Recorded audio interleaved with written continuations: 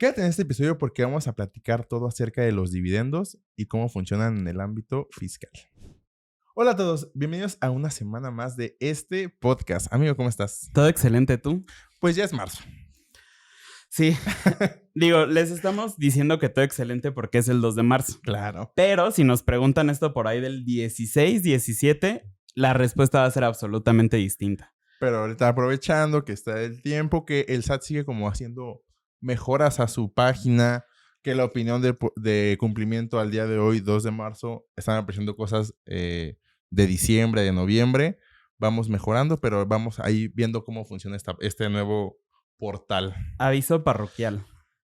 A menos de que me haya equivocado incluso con mis propios datos, no se pueden emitir facturas en la página del SAT, al menos a la fecha en que se está grabando este episodio. Aparece que el nombre no es correcto, aunque esté completamente bien escrito, aparece que no es correcto. Entonces también para que lo tengan en consideración, porque no sabemos cuánto tiempo va a durar este error. Sí. En versión 4.0. Es correcto. De hecho, perdón. Íbamos a grabar un episodio de complemento de pago, no se pudo grabar por ese mismo error, pero espérenlo la siguiente semana.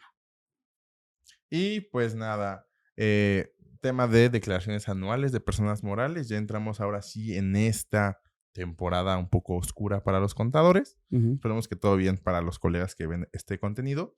Y vamos a hablar de un tema que es muy importante, que a veces como que ya en la práctica muchos creo que le tienen también un poco de miedo, pero que la verdad es que no deben por qué. Es de lo más sencillo. Ajá, es el tema de dividendos. Entonces, amigo, cuéntanos, ¿qué es un dividendo? Básicamente el dividendo es el reparto de utilidades. No hay más. Ajá. Exacto, así como repartimos, por ejemplo, PTU a nuestros trabajadores, todo lo que sobra después de haber pagado ISR, de haber pagado PTU y lo que aparece en nuestro estado de resultados como utilidad neta, eso es lo que en teoría los socios ganaron al haber invertido en esa empresa o al haber aportado en una empresa y que por lo tanto pueden recuperarlo pues simplemente por ser socios. Sí, digo, esto es un tema, o sea, porque vamos a ver, y justo este es el siguiente punto que vamos a tocar, que existen dos tipos distintos de utilidades. Normalmente nosotros decimos de que, oye, ¿por qué me tocó pagar impuestos si en realidad si yo veo mi estado de resultados salí con pérdida? Ah, bueno, es que probablemente muchos de los gastos en tu estado de resultados fueron gastos no deducibles. O, oye, ¿por qué no tuve que pagar impuestos si traigo una utilidad de 3 millones? Ah, bueno, porque una vez que se realiza toda la declaración anual y hay partidas que son fiscales, contables, etcétera, no llegamos al mismo resultado. Entonces, sí es importante que estén conscientes de que existen dos tipos distintos de utilidades: la utilidad contable y la utilidad fiscal. ¿Cuáles son las diferencias?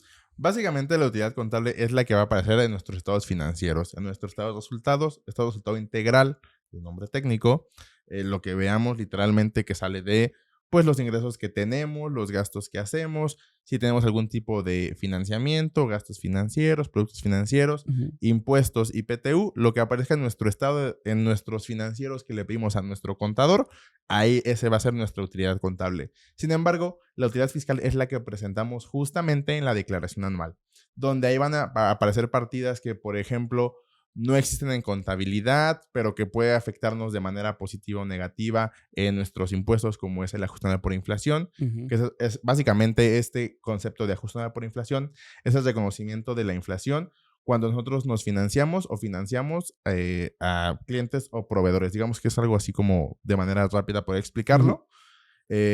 También, por ejemplo, cuando pagamos nómina, que es algo exento, puede haber que sea una parte no deducible, porque así lo menciona la misma ley del ISR. Entonces hay muchos factores que básicamente creo que mucho influye el tema de la inflación, en donde nos va a afectar ya en nuestro resultado fiscal. O, por ejemplo, el pago de seguros, que son completamente deducibles para temas fiscales, pero financieramente tenemos que irlos reconociendo mes a mes. Es correcto. Entonces, hay varios factores que pueden pues modificar este resultado contable y ya nuestra declaración anual.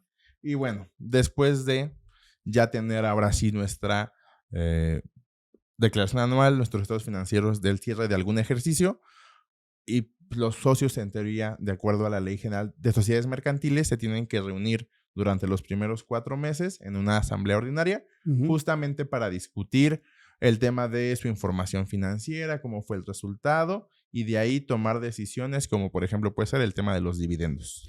Sí, justamente. Digo, y de aquí, el punto es que tienen que estar en el acta de asamblea que van a distribuir dividendos. Estos dividendos van a ser en proporción de cómo esté constituida la empresa. ¿En qué sentido? Las aportaciones de capital.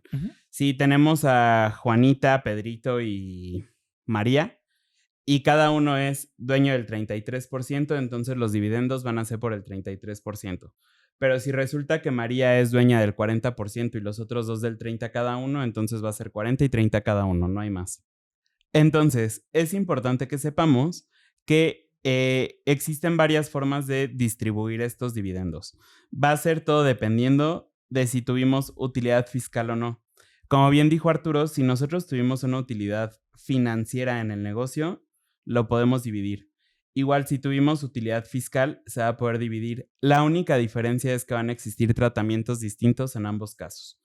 Normalmente, y aquí es donde de pronto está como la controversia con otros fiscalistas, contadores, lo que sea, donde dicen que es más caro dividir, distribuir dividendos si los hacemos desde la utilidad financiera que de la utilidad fiscal. ¿Por qué? Porque tenemos que hacer otro proceso que ahorita vamos para allá. El chiste es que cuando tenemos utilidad fiscal, la ley en el artículo, ahorita les digo, 77, nos obliga a que tengamos una cuenta específica que es la cuenta de utilidad fiscal neta, donde nosotros vamos a poner justamente los montos que estuvimos teniendo utilidades fiscales. Y bueno, vamos a tener que hacer ahí un pequeño cálculo, que esto es un poquito más técnico, pero queremos hacerlo entendible para todos. Básicamente es nuestro resultado fiscal, el ISR que pagamos, y se le van a restar los no deducibles. En este punto es importante también mencionar que no todos los deducibles van a entrar aquí, porque serían únicamente los no deducibles que no nos permite hacer deducibles la ley. Como por ejemplo, estos que mencionaba Arturo de la nómina, exenta, etcétera. Si de pronto tenemos una factura que no fue deducible porque no tuvimos más bien tenemos un gasto que no fue deducible porque no tuvimos la factura, ese no es un gasto no deducible tal cual, sino un gasto que no reúne requisitos fiscales. Eso es importante porque si nosotros normalmente ponemos todo junto, pues lo que va a pasar es que les vamos a poder distribuir menos dividendos a los socios y pues al final sí estamos afectando esto, ¿no? Entonces hay que tener cuidado ahí, colegas, para que no lo vayamos a hacer como de esta forma que puede ser errónea. Sí, también mencionar justamente esto del artículo 77 de lo de la cuenta de utilidad fiscal neta, nace a partir de esta gran reforma del 2014, en donde pues hubo muchas reformas en todas las leyes fiscales y una de ellas es justamente esto. ¿Con qué finalidad lo hicieron? Supongo que es con la otra retención que viene de un 10% adicional que menciona el artículo 140, lo menciona en el apartado de personas físicas, en donde ahí básicamente dice que si nosotros repartimos algún ingreso por dividendo como personas físicas, nos tendrán que retener un 10% de ISR, del cual se considera un pago definitivo. ¿Esto qué quiere decir? Que nuestra declaración anual y en ningún momento lo podremos compensar contra algún impuesto que tengamos a cargo. Entonces, si tú eres una empresa que ya tiene muchos años y tiene utilidad de 2013 hacia atrás, no está sujeta a esta retención del 10%. Es correcto. Entonces, es importante que sepamos, digo, esto tal vez ya no les compete a ustedes como dueños de negocio, pero sí a sus asesores y creo que les pueden preguntar fácilmente y se los deberían de poder contestar si ustedes van a distribuir los dividendos desde una utilidad fiscal o una utilidad financiera, porque como les dijimos, tiene un tratamiento totalmente distinto. Vámonos, si quieres, entonces, a ver cuál es el tratamiento de la utilidad fiscal. Ok. Para que sea como más sencillo y ahorita les decimos qué pasa con la financiera.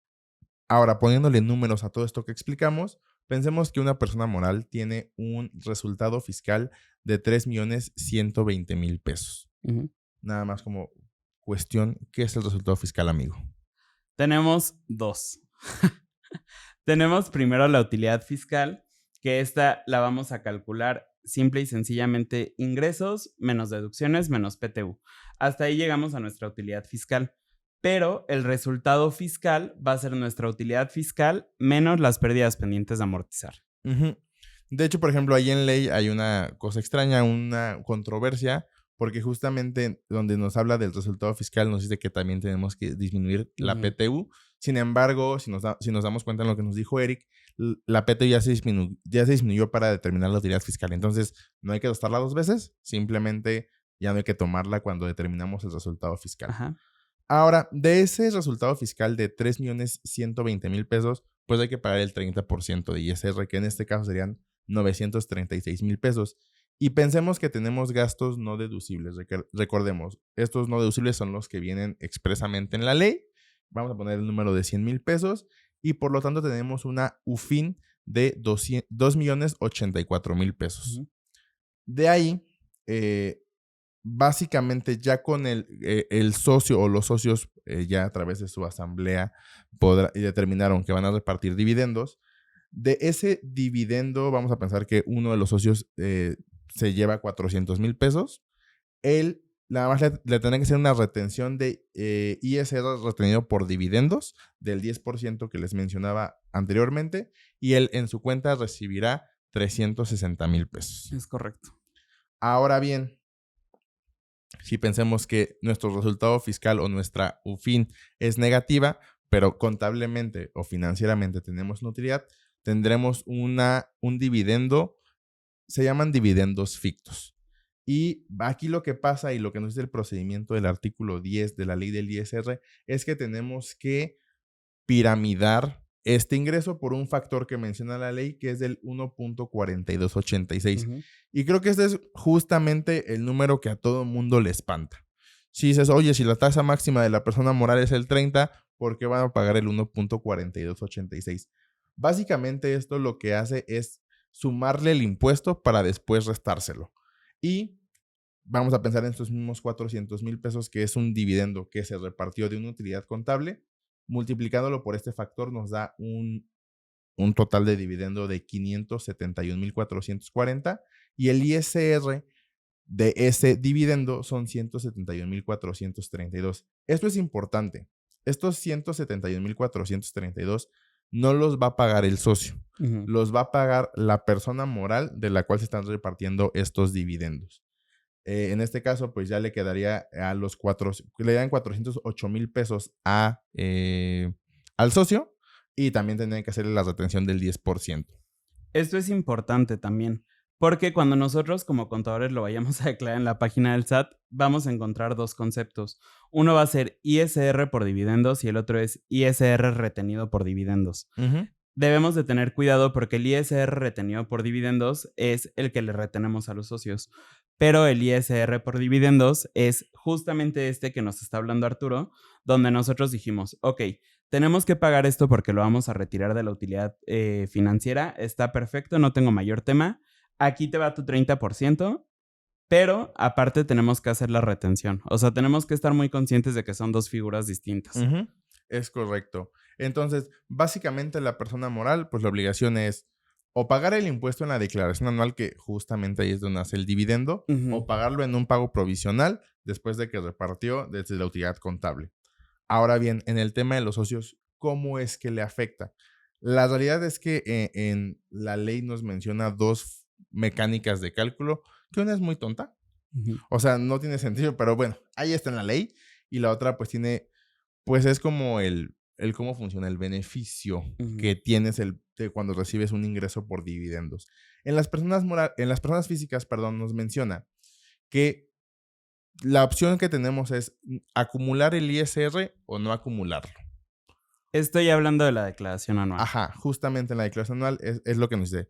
¿Quieres acumular el ISR o no lo quieres acumular? Si no lo acumulas, lo que probablemente pueda pasar es que tengas que hacer un pago de ISR. Es correcto. Entonces, es importante también mencionar que en este ejemplo que estamos hablando, vamos a pensar que el único ingreso que obtiene es el del dividendo.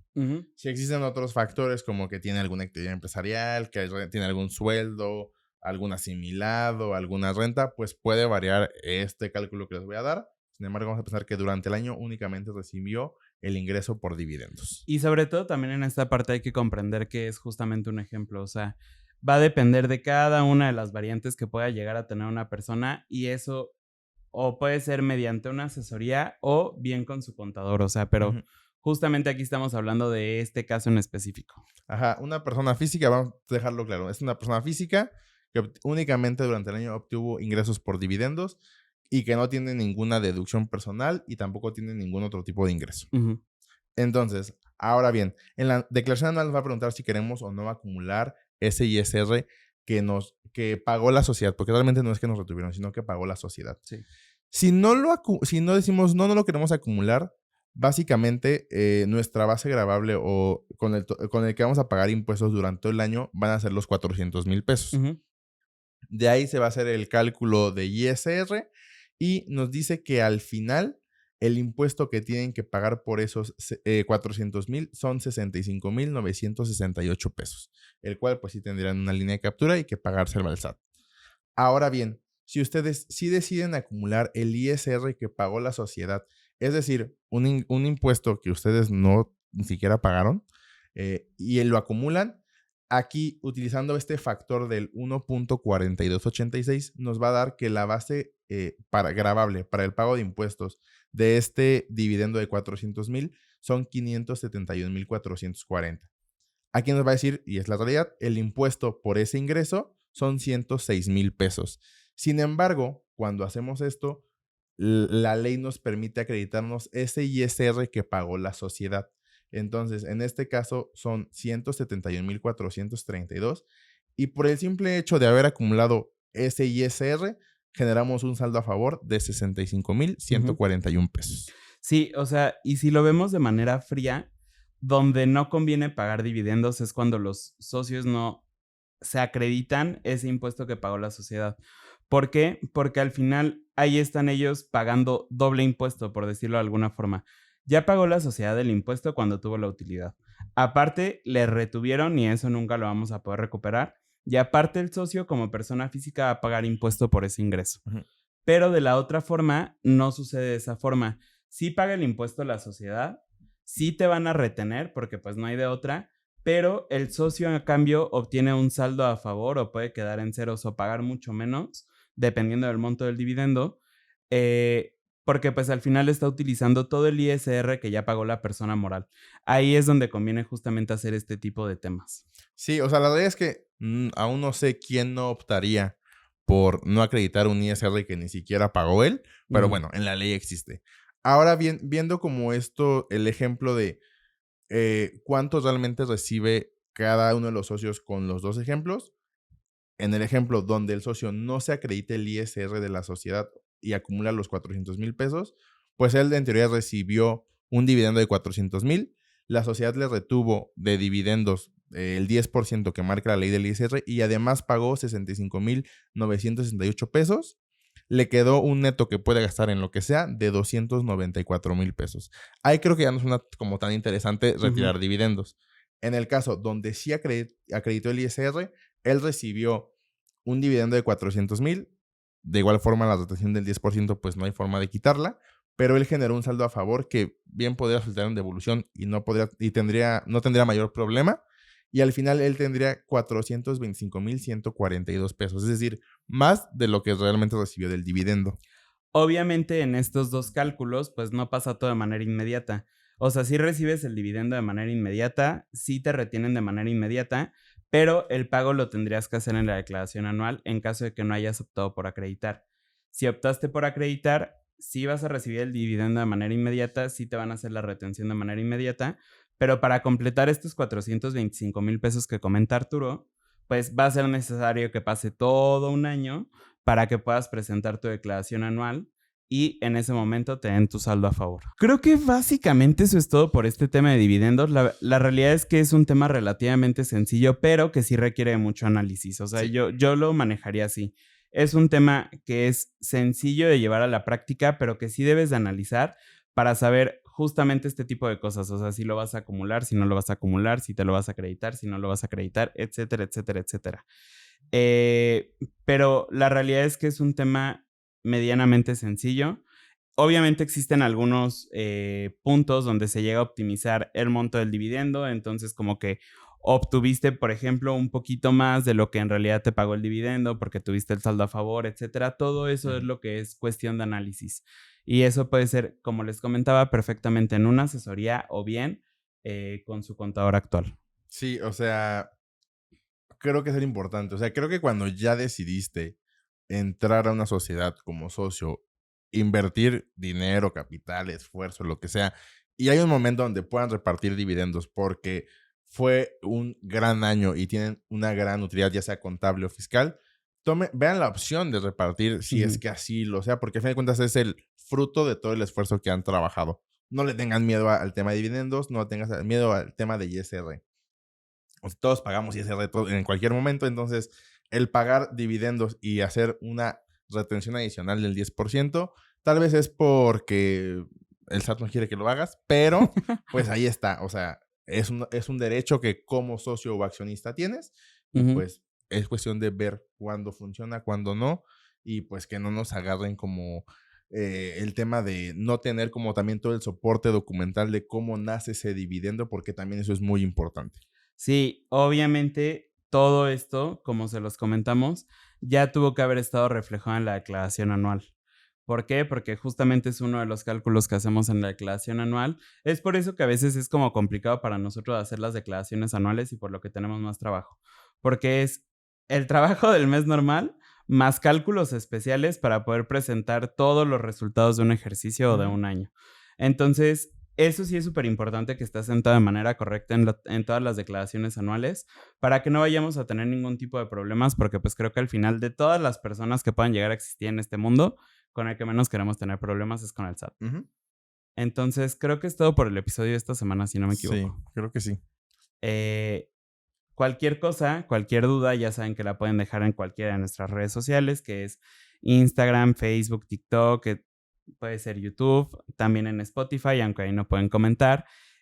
O pueden agendar una asesoría en nuestra página web. Ahí van a entrar de botón, en la esquina superior derecha van a encontrar un botoncito que dice asesoría 1 a 1. Ahí pueden ver nuestra agenda, pueden ver qué días estamos disponibles, a qué horas, etcétera. Y ahí podrían justamente hacer este tipo de agendas. Y creo que... Bueno, hay nada más importante en el tema de asesorías. En marzo únicamente van a estar habilitadas sí. la semana esta del 6 al 10 y del 13 al 17. Justamente pues por el tema de declaraciones anuales. Entonces, Para sí. retirarnos a nuestra muerte lenta. Entonces, si tienes algún tema que quieras revisar, tenemos esas 2 semanas para verlo. En marzo ya no se van a abrir más en realidad. Y en abril aún no lo sabemos, aún no lo decidimos, pero es importante que si hay algo que quieras que te podamos apoyar en este momento de una historia, lo hagas lo más pronto posible. Es correcto. Y ahora sí, para cerrar este episodio, creo que es todo por esta semana. Yo soy Eric. Yo soy Arturo. Juntos somos Arpea y nos escuchamos la siguiente semana.